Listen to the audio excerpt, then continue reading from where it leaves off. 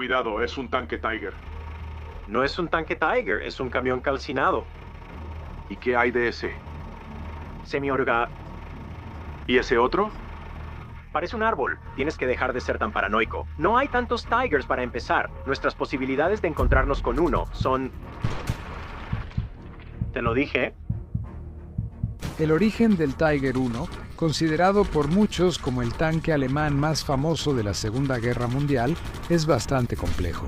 El desarrollo comenzó a mediados de la década de 1930, cuando la empresa industrial Henschel y Eschon recibió la tarea de crear un tanque de ruptura por parte del ejército alemán. Durante el desarrollo, se dieron nuevas especificaciones para el tanque, incluyendo el grosor requerido del blindaje y el uso de un cañón principal de 75 milímetros. Después de que estalló la guerra en 1939, las experiencias contra los tanques franceses y británicos llevaron a más rediseños. Cada prototipo se basaba en los intentos anteriores.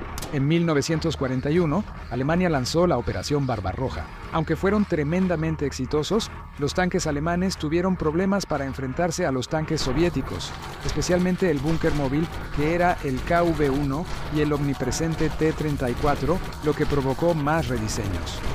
Se llevó a cabo una competencia para el nuevo tanque pesado que pudiera superar lo que los soviéticos pudieran lanzarles. El concurso, disputado entre Henschel y Porsche, fue ganado por Henschel, y el Tiger entró en producción. La versión final fue una conglomeración de diseños de Henschel y Eschon, Porsche y Krupp. Se le dio la designación Panzerkampfwagen 6, Tiger. Al Tiger se le asignó el número romano 1 después de la introducción del Tiger 2. Dimensiones. El Tiger I era un tanque grande, diseñado teniendo en cuenta muchas características, y la sutileza no era una de ellas. Pesaba la impresionante cantidad de 57 toneladas métricas, o poco menos de 63 toneladas estadounidenses, clasificándolo como un tanque pesado. Para comparar, el tanque rival T-34 pesaba entre 26 y 35 toneladas dependiendo de la versión. El Tiger I mide casi 28 pies de largo con un ancho de 10.5 pies y una altura de 10 pies. El Tiger era tan masivo que no podía confiar en que los puentes más pequeños no colapsaran, así que tenía características especiales para asegurarse de poder vadear un río. Estas incluían un casco y torreta herméticos, un snorkel de 10 pies de largo y una bomba para sacar el agua que se filtrara al compartimiento de armamento. El Tiger I fue diseñado para poder superar a cualquier oponente con facilidad. El cañón principal original de 75 milímetros fue reemplazado por un cañón de 88 milímetros, K36L56, basado en el cañón antiaéreo de 88 milímetros. La alta velocidad del proyectil podía atravesar el blindaje más resistente al que se enfrentaba. También estaba equipado con dos ametralladoras MG-34, una montada en el casco y otra coaxial al cañón principal. Y nunca se tienen demasiadas MG-34, así que se podía montar una extra en la parte superior, la cual podía usarse para funciones antiinfantería o antiaéreas. Blindaje. El Tiger podía recibir tanto castigo como el que podía infligir. El blindaje frontal del tanque era impresionante. Con un grosor de 100 milímetros o aproximadamente 4 pulgadas, el blindaje lateral del Tiger I era un poco más delgado, de 80 milímetros o aproximadamente 3 pulgadas. El metal utilizado era una aleación homogénea de níquel y acero, que era menos quebradiza que otros tipos de blindaje y podía resistir todo, excepto las armas antitanque más poderosas. El blindaje no estaba inclinado, lo que le daba al Tiger su distintiva apariencia cuadrada. Motor y desempeño. Las primeras versiones del Tiger I estaban equipadas con el motor Maybach AHL 200 10A12 de 21 litros, que tenía una potencia de alrededor de 650 caballos de fuerza. Cuando esto resultó insuficiente para un vehículo del tamaño del Tiger, se actualizó a un motor Maybach HL 230 de 23 litros, que podía generar más de 700 caballos de fuerza. Esto podía impulsar al Tiger a una velocidad máxima de alrededor de 25 millas por hora. Aunque esta era la velocidad en carretera, sobre terrenos sin pavimentar o superficies irregulares, la velocidad máxima se reducía considerablemente. El Tiger también era una bestia sedienta, y el tanque de combustible de 125 galones le daba al Tiger un alcance operativo de entre 45 y 75 millas. Dependiendo de las condiciones, así como de la configuración de ruedas y suspensión, el tanque contaba con 48 ruedas de rodaje intercaladas, un sistema que ayudaba a distribuir el inmenso peso del Tiger, dándole una movilidad sorprendente para un vehículo de su tamaño, aunque esto dificultaba las reparaciones, ya que era necesario quitar varias capas de ruedas para acceder a una rueda interna. Las ruedas de rodaje tenían un revestimiento exterior de hule, pero los problemas de suministro obligaron a los alemanes a cambiar a ruedas de acero a principios de 1944. Estas ruedas eran más resistentes, y los ingenieros pudieron eliminar 16 de las ruedas por lado en versiones posteriores, agilizando la producción. Las ruedas estaban unidas a un sistema de suspensión de barra de torsión, y al combinarse con amortiguadores, esto le daba al Tiger 1 una marcha relativamente suave. Tripulación. El Tiger 1 tenía una tripulación de 5 personas. En el casco estaba el conductor a la izquierda y el operador de radio a la derecha. En la torreta estaba el comandante, que se encontraba en la parte trasera izquierda, el artillero, que estaba en la parte delantera izquierda, y el cargador, que estaba en el lado derecho. Dado que el Tiger era el vehículo principal en el arsenal alemán, las tripulaciones eran seleccionadas cuidadosamente por su capacidad e incluso eran enviadas a las fábricas de Henschel para aprender las complejidades y el mantenimiento de la producción del tanque. Los primeros Tiger fueron encargados en abril de 1942 y el primer lote fue enviado al combate en agosto de ese año. Debido a las necesidades de la guerra, la producción se aceleró para llevarlos al frente lo más rápido posible. Por esto, el Tiger 1 fue modificado varias veces durante su producción, y cada nueva versión corregía los defectos del diseño sobre la marcha. Casi cada mes, se agregaba, modificaba o eliminaba una nueva característica. El Tiger también era caro, ya que cada tanque costaba alrededor de 250.000 Reichsmarks. Para comparar, el Panzer V Panther costaba aproximadamente la mitad. También se necesitaban alrededor de 300.000 horas hombre de trabajo para construir un Tiger, casi el doble que un Panther. Debido a estas limitaciones, solo se construyeron alrededor de 1.354 tanques Tiger 1. La producción duró desde abril de 1942 hasta agosto de 1944, cuando el Tiger fue retirado en favor del Tiger 2. Había variantes alternativas, incluyendo un vehículo de mando que tenía radios adicionales. Más famoso fue el Sturm Tiger, o Tiger de asalto, que montaba un gigantesco mortero de 380 milímetros diseñado simplemente para arrasar las posiciones enemigas. También existió un Tiger con equipo de cabrestante, aunque solo se conoce uno que tuviera esa característica, así que probablemente fue una adaptación improvisada más que un tipo de vehículo dedicado. El Tiger en combate. El primer lote de tanques Tiger que salió de la línea de ensamblaje fue enviado al frente oriental cerca de Leningrado en agosto de 1942 y tuvieron su primera gran operación de combate en la Gran Batalla de Tanques de Kursk en 1943 Sachsen-Nehmen. Había algunos defectos en el Tiger 1 que afectaban a un vehículo por lo demás efectivo. Era una máquina compleja que sufría numerosas fallas mecánicas. Los problemas más comunes eran fallas en la caja de cambios o en el motor. Muchos Tiger tuvieron que ser abandonados después de averías catastróficas. Si observamos otros tanques alemanes de la guerra, parece que hay un patrón aquí. Cuando estaban operativos, sin embargo, no hubo ningún tanque que infundiera tanto miedo en el corazón del enemigo como el Tiger. Los aliados observaban horrorizados cómo el cañón de 88 milímetros atravesaba con facilidad incluso los tanques más resistentes, y su fuego de respuesta rebotaba inofensivamente en el blindaje del Tiger. Aunque fue diseñado como un vehículo para romper líneas, a medida que la guerra se volvió en contra de Alemania, el Tiger se utilizó de manera defensiva, emboscando columnas de tanques aliados y causando un caos absoluto. Un solo Tiger en una posición ventajosa, con una tripulación experimentada, podía devastar formaciones enemigas que lo superaban ampliamente en número. En un ejemplo, el as del Tiger, Michael Whitman, destruyó 14 tanques británicos, 15 transportes blindados de personal y 2 cañones antitanque en menos de 15 minutos. Historias como estas alimentaron la fobia al Tiger, donde las tripulaciones de tanques aliadas vivían con el temor constante de encontrarse con uno. Hasta el final de la guerra, esto era tan común que se culpaba a los Tiger de destruir vehículos aliados, incluso cuando el verdadero culpable era otro tipo de tanque, o incluso un cañón antitanque. El miedo generado por el Tiger superaba por mucho su efectividad real en el campo de batalla. Un legado que se consolidó en películas de Hollywood que enfatizaban su superioridad sobre sus adversarios. Incluso hoy en día, persiste el mito de que se necesitaban 5 tanques aliados para destruir un solo Tiger. Hoy en día, solo quedan unos pocos Tiger, y solo uno está en condiciones operativas. El Tiger 131, ubicado en el Museo de Tanques en Bovington, en el Reino Unido. En el interior del M4 Sherman. Uno de los aspectos más famosos de la Segunda Guerra Mundial fue la introducción de la guerra de maniobra rápida, que encabezó avances relámpago en territorio enemigo. Eran tanques de alto rendimiento, muy diferentes de las cajas de metal torpes de la Primera Guerra Mundial. Entre los famosos diseños de tanques que recorrieron el campo de batalla, hay pocos tan icónicos o controvertidos como el estadounidense M4 Sherman. Para la década de 1930, Estados Unidos estaba rezagado respecto a otras potencias mundiales en el desarrollo de tanques.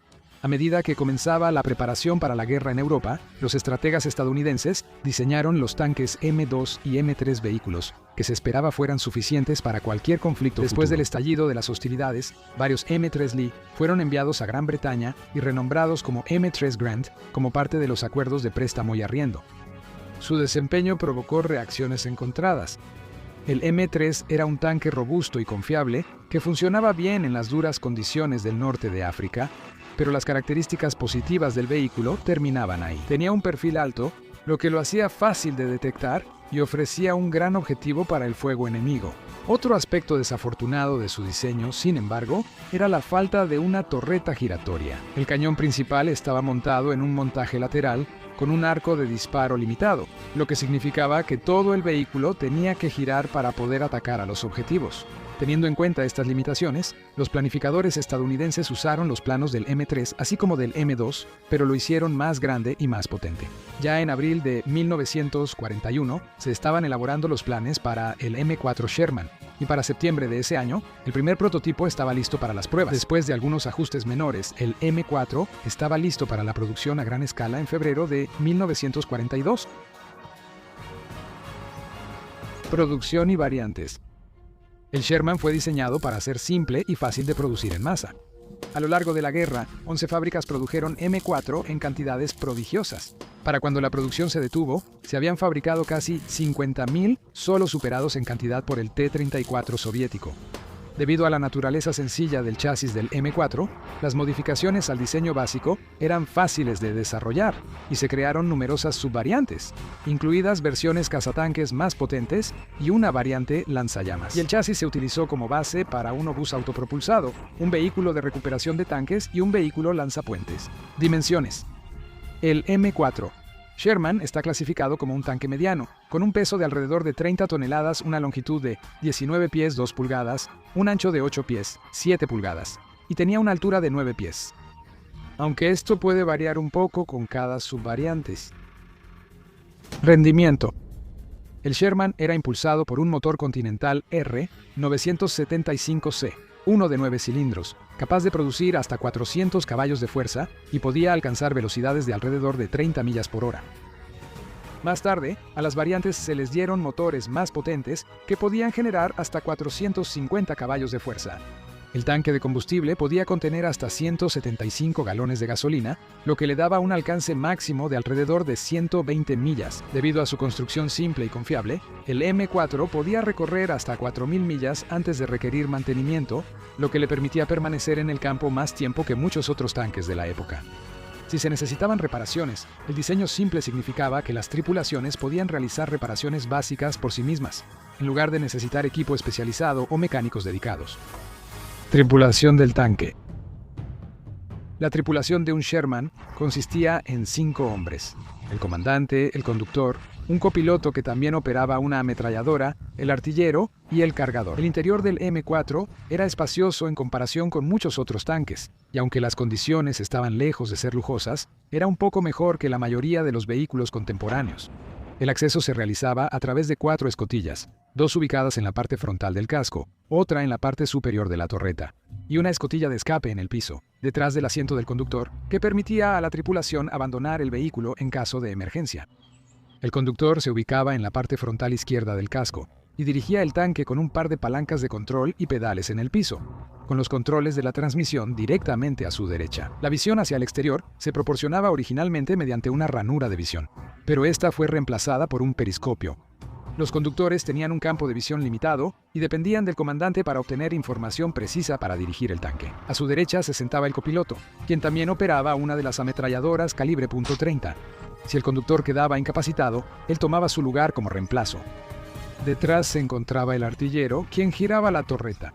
Encima de él estaba el cargador, quien seleccionaba la munición adecuada y cargaba el cañón principal, y el comandante, quien dirigía el tanque y señalaba los objetivos. Para que el artillero disparara, accionaba un interruptor de disparo y usaba un pedal con el pie. El comandante del tanque podía ver el mundo exterior a través de un periscopio montado, pero esto limitaba el campo de visión. Por eso, muchos comandantes sacaban la cabeza fuera de la torreta para tener una vista más clara, lo que hacía que su posición fuera la más vulnerable al fuego enemigo.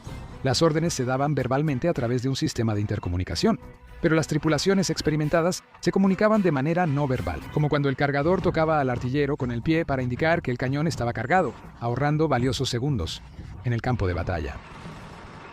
En cuanto al blindaje, el Sherman estaba protegido por hasta 3 pulgadas de placas de acero, colocadas en ángulo para ayudar a desviar los proyectiles enemigos. El blindaje se dejó deliberadamente limitado para ahorrar peso, haciendo que el tanque fuera más rápido y maniobrable, aunque sacrificando la capacidad de supervivencia para lograrlo. La primera versión del casco estaba hecha de acero fundido, lo que le daba al tanque su distintiva apariencia redondeada, mientras que algunas versiones posteriores eran soldadas.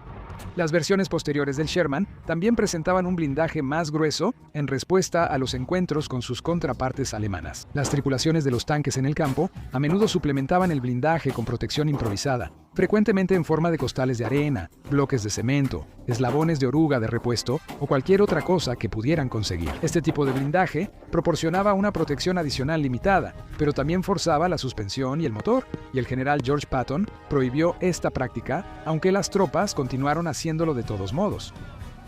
Armamento.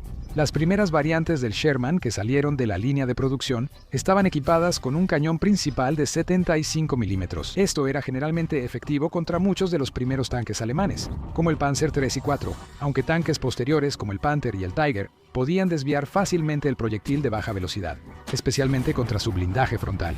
Con el cañón de 75 milímetros siendo lamentablemente inadecuado contra tanques alemanes más avanzados, se necesitaba un arma más efectiva. Los británicos fueron los primeros en tener la idea de equipar al Sherman con el mucho más potente cañón de 17 libras, o 76.2 milímetros. Esto llevó al desarrollo de la variante Firefly, que tenía una suspensión más pesada y una torreta extendida para acomodar el cañón más grande. Esta y otras variantes, incluyendo la E8 o EZ8, usarían un cañón de 76 milímetros que tenía una velocidad de salida mucho mayor y era más que suficiente para enfrentarse a los blindados alemanes. Todas las versiones del cañón principal del Sherman, con la excepción de una variante de 105 milímetros, venían con un estabilizador giroscópico. En teoría, permitía que el cañón mantuviera su elevación incluso cuando el vehículo rebotaba sobre terreno accidentado. En la práctica, el equipo era complejo y muchas tripulaciones no tenían el entrenamiento adecuado para usarlo o mantenerlo, y muchos simplemente no lo usaban. Además del cañón principal, el Sherman estaba equipado con un par de ametralladoras de calibre 31 ubicada en el lado derecho del casco frontal y la otra coaxial al cañón principal.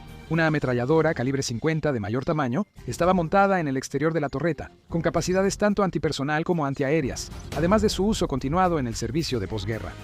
Debido a la gran cantidad, su diseño confiable y sencillo y la facilidad de producción, el M4 fue enviado prácticamente a todos los frentes de batalla principales de la guerra. Aunque la gran mayoría fue utilizada por los estadounidenses, los envíos del programa de préstamo y arriendo permitieron que los Sherman fueran usados por los británicos, soviéticos, franceses libres y otros ejércitos aliados. China recibió 100 de las variantes M4A4 por parte de Gran Bretaña para usarlas contra las fuerzas japonesas en Birmania. Incluso los alemanes utilizaron algunos tanques capturados. Los Sherman también tuvieron una extensa trayectoria después de la guerra, siendo utilizados como tanque principal de las Fuerzas Armadas de Estados Unidos durante la Guerra de Corea, así como también por muchas otras naciones alrededor del mundo, incluyendo Israel, Grecia, Yemen, Irán, Irak, India, Pakistán, entre muchas más. Incluso hasta la década de 1970 pocos tanques son tan controvertidos como el Sherman debido a sus mitos y reputación. Su mala reputación proviene de su desempeño inadecuado contra los tanques alemanes, especialmente las variantes más pesadas Panther y Tiger. La versión anterior, con el cañón de 75 milímetros de baja potencia, resultó inútil contra el blindaje frontal de estos vehículos. Esto obligaba a las tripulaciones de los tanques a maniobrar para disparar al costado o a la parte trasera del enemigo, dependiendo muchas veces de la superioridad numérica para destruir el tanque enemigo desde múltiples direcciones. Si bien es cierto que el cañón de 75 milímetros era insuficiente para este papel, se siguieron produciendo incluso después de que se crearon las versiones de 76 milímetros. El Sherman no fue diseñado como un destructor de tanques, sino para propósitos generales. La mayoría de los enfrentamientos en los que se vio involucrado el Sherman eran de apoyo a la infantería, y sus objetivos eran nidos de ametralladoras, búnkeres y piezas de artillería de campaña, algo con lo que el cañón de 75 milímetros podía lidiar sin problemas. Otro mito tiene que ver con el apodo del M4 como Ronson, en referencia a la empresa de encendedores, cuyo eslogan era que encendía a la primera, siempre. Ronson no adoptó ese eslogan hasta la década de 1950, lo que hace que la referencia sea una falacia posterior a la guerra. Es cierto que antes, los Sherman estallaban en llamas después de ser alcanzados por el enemigo, a menudo lanzando la torreta fuera del casco. Inicialmente, esto se atribuía al motor y al combustible de gasolina, que se enciende mucho más fácilmente que el diésel. Un estudio realizado por el ejército pronto descubrió que esto no se debía al motor, pero se debía a la munición almacenada en la torreta, la cual podía provocar una reacción en cadena después de ser impactada. Este problema se mitigó retirando la munición almacenada ahí y añadiendo blindaje adicional a las áreas de almacenamiento de municiones. Estos y otros mitos le dan al M4 Sherman una reputación inmerecida como un tanque inferior. Siendo realistas, tenía sus defectos y limitaciones, pero era un tanque de uso general muy bien construido que cumplió su papel en el campo de batalla de manera efectiva.